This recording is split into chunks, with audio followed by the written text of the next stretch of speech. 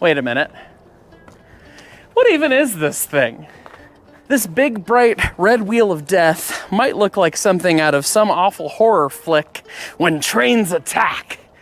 But what the heck? Well, what's up, guys? This is Hyce, and we are once again here at the Colorado to talk about one of my favorite artifacts and how it operates, and talk a little bit about snow along the way. That's right, because this thing is not just a giant wheel of death from a horror film. It's actually a giant wheel of death from a horror film, or poor Frosty. Welcome to Rotary Snowplows 101. But before we talk... So the first way that railroads actually tended to plow snow is one that you wouldn't really think about.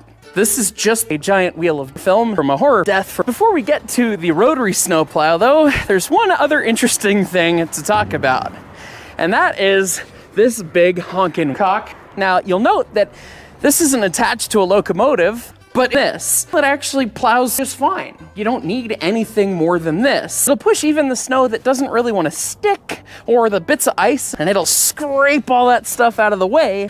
But if it starts getting above, or if it's not sticky, this doesn't work. Yeah, that's a big plow. But the reason for this wedge plow's existence is snow But when this was not enough, we finally arrive at the rotary snowplow. Let's go take a look.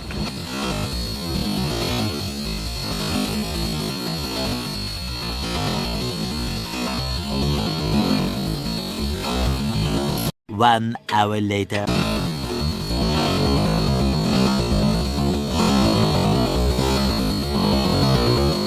Let's take an up-close look at these blades on the wheel here.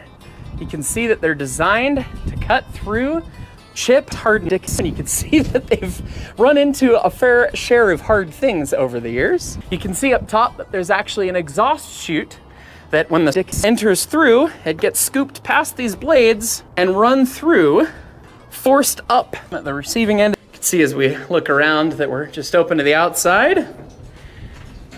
Got our back butter glass. We got our pressure and a blower. That's all you really need.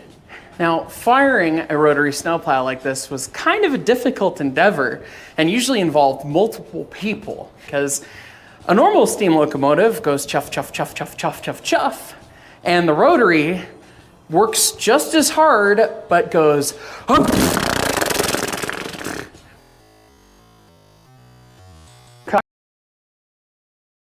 We've talked